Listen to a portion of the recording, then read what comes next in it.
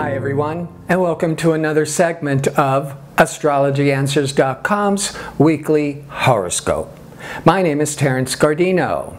Well, Monday, August the 14th, kicks off another week, which is the midpoint between last week's full moon lunar eclipse and next week's new moon solar eclipse. And as I said before, you don't want to be making any important decisions until the eclipse energies calm down in September because of all the changing circumstances, plus the fact that decision-making Mercury is retrograde already from August the 12th through September the 5th.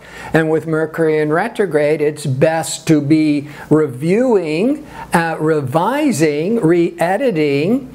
It's too ripe for misunderstandings and miscommunications. So it's best to just hold back and see what develops as things settle down.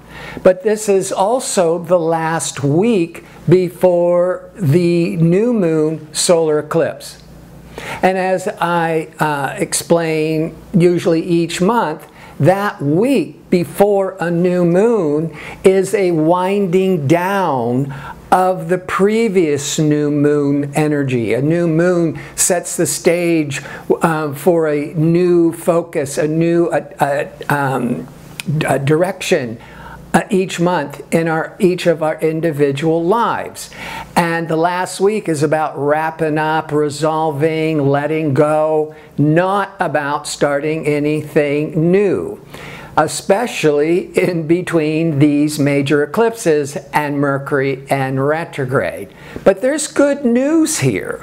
You don't want to be doing anything life-changing, like quitting your job, launching a new business, committing to a love relationship. But there's some really nice stuff this week, planetary-wise, to just hang out, go with the flow, and keep a lower profile. Tuesday, social pleasure-seeking Venus is going to be interacting with Pluto. Well, there could be some power struggles in relationships, but there's also this desire to want something more deeper, more intimate, more of a connection. My advice here around Tuesday is if you don't see a relationship wanting to open up more for you, don't push it. Because if you start asking for more with the Pluto and with everything else I've said, there could be a pushback. On Wednesday, then the Venus moves to the next degree and is triggering Jupiter. Venus-Jupiter is interesting because the Jupiter is expanding the desires of Venus. It's often a day of indulgence, great for vacations and parties and, and having the good life and overindulging in good food and drink. But when it also comes to relationships, and it's a very social kind of energy, the interesting thing here is Venus seeks a union, seeks a deeper connection with another, particularly in something personal and romantic, but it's in conflict with Jupiter that seeks freedom. So it's actually a day to best with friends, hanging out, just don't get too serious. And by Sunday, the day before the new moon solar eclipse, Mars, assertive, sometimes impatient, high energy Mars, is going to be very favorable with protective, optimistic Jupiter. Any kind of projects, whether it's personal, social, or maybe even some business, there is a certain amount of luck and growth. But you wouldn't want to start anything new just continue what you're doing, and you're going to be feeling very productive, taking you into Monday with the new moon solar eclipse. And that new moon solar eclipse is going to be very favorably aspected by Uranus. Now, Uranus is actually by the end of Sunday on the Pacific coast of the United States, so it'll probably already be in Europe into early Monday.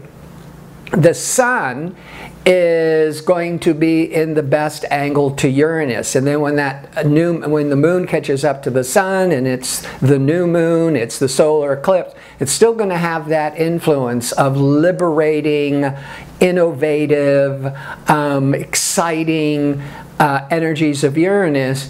And with a solar eclipse and a new moon, if it's affecting your chart, this brings a lot of hopeful possibilities of bringing something new and exciting into your life over the coming weeks and months, because an eclipse has more of a delayed reaction.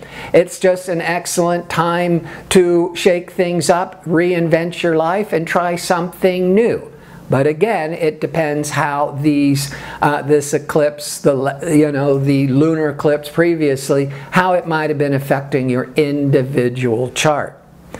Before I sign off, I want to remind you I'm available for the one-question offer for a nominal fee. Whether you're watching it on the website at astrologyanswers.com or through YouTube, just in the description box underneath the video, you will see a direct link you can click on to order the one question from me. Always remember, put in the time of birth is so important, at least the approximate time of birth, and in the message, in the question to me, sometimes it's even good to repeat your birth information, the time, the place, the state, the country. So I want to thank you for tuning in. I hope to see you next week for my next segment. Until then, enjoy all these exciting possibilities.